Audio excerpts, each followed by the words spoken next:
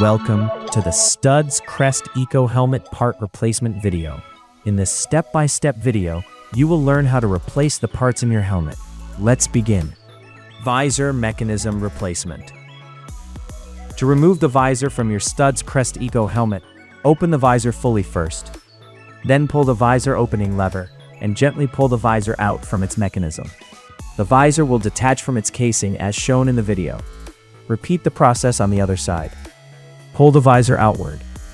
Now, to remove the visor mechanism, use a screwdriver to open the screw and gently pull out the visor mechanism from its space. Keep all the parts safe. You will need them to reassemble the visor later. To reinstall, insert the locking leg first in the slot provided.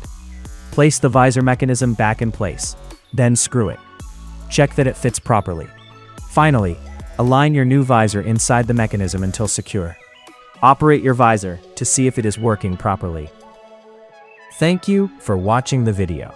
For more information, visit www.studds.com or get in touch with your nearest STUDDS dealership.